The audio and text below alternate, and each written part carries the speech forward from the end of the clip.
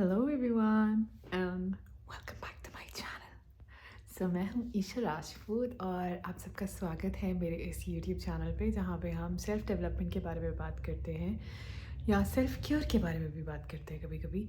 तो अगर आप इंटरेस्टेड हैं इन सब टॉपिक्स में, मुझे बहुत खुशी होगी कि आप इस ब्यूटीफुल कम्युनिटी को ज्वाइन करें। आज है day 23 of my manifestation challenge and sorry,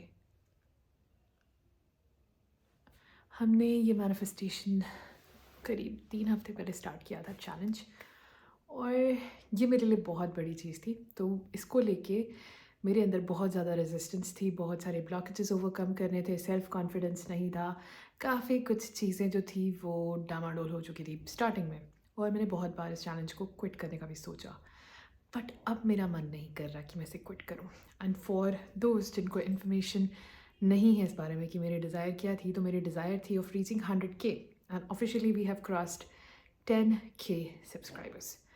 and धीरे धीरे ग्रो हो रही थी, बट बीच में एग्ज़ाम्स आ गए, बीच में एग्ज़ाम्स का स्ट्रेस भी आ गया थोड़ा बहुत, एंड माइंड क्लैरिटी नहीं थी। मतलब माइंड बोलते हैं ना, ब्रेन फॉग एक टाइप से हो जाता है, वैसा मुझे हो गया था। तो मेरे दिमाग में क्लियर पिक्चर्स नहीं आ रही थी।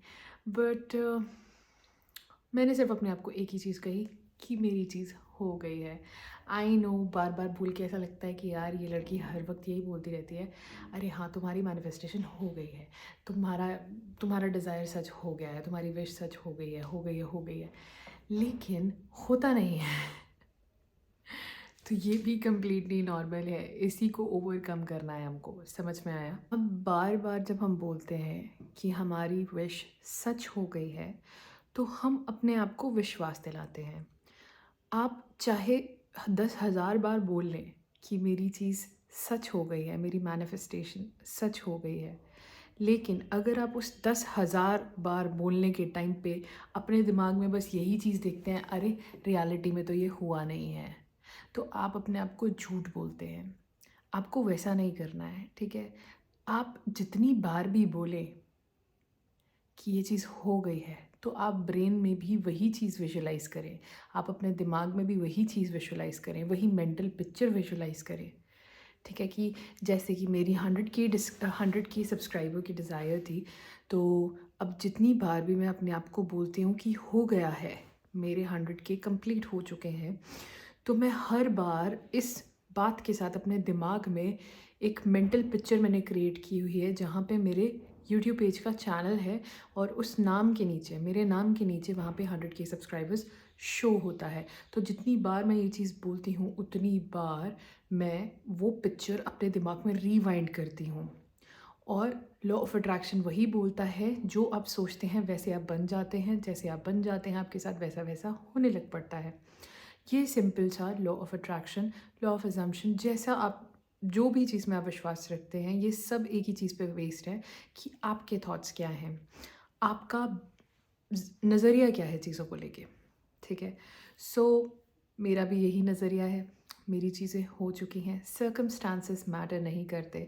मुझे फ़र्क नहीं पड़ता आप कहाँ रह रहे हैं, आप किसके साथ हैं, आपके घर पे क्या चल रहा है, आपके आसपास क्या चल रहा है, आपके आसपास कितनी नेगेटिविटी है, कोई फ़र्क नहीं पड़ता इस चीज़ से। जो आपके आसपास है अभी सिचुएशंस, ये आपकी प्रीवियस अजम्पशंस का नतीजा है।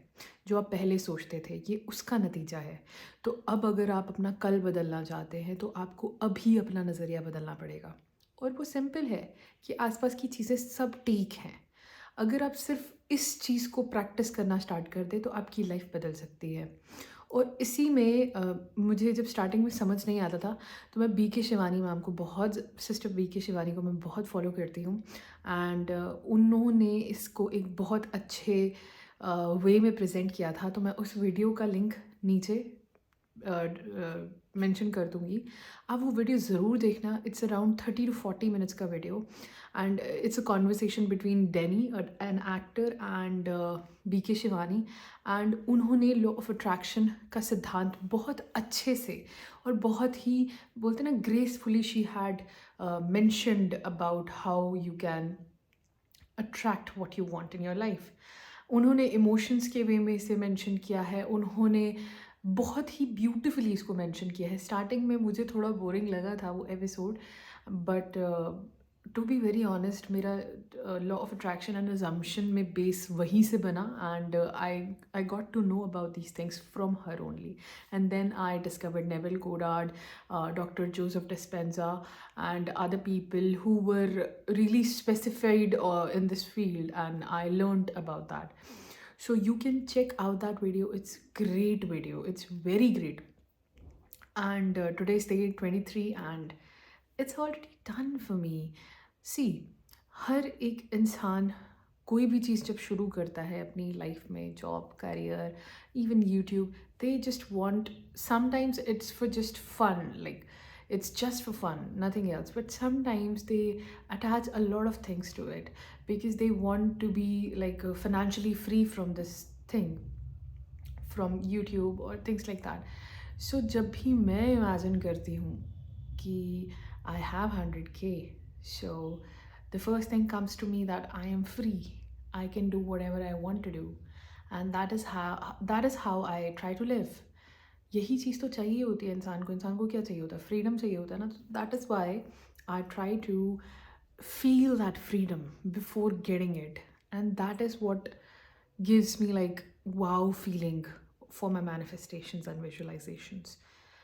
And to be honest, सब लोगों के लिए सेम ही होता है. फ्रीडम, किसी चीज़ से पीछा छुड़ाना, किसी चीज़ से फ्री हो जाना, it's all about that, and I just try to feel that feeling, and that is what I want in my life.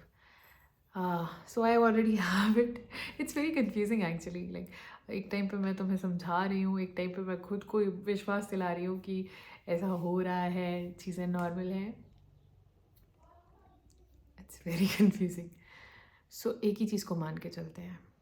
हमें नहीं पता कैसे क्या हो रहा है, बट जो भी चीज़ें हमें चाहिए वो चीज़ें पूरी हो चुकी हैं.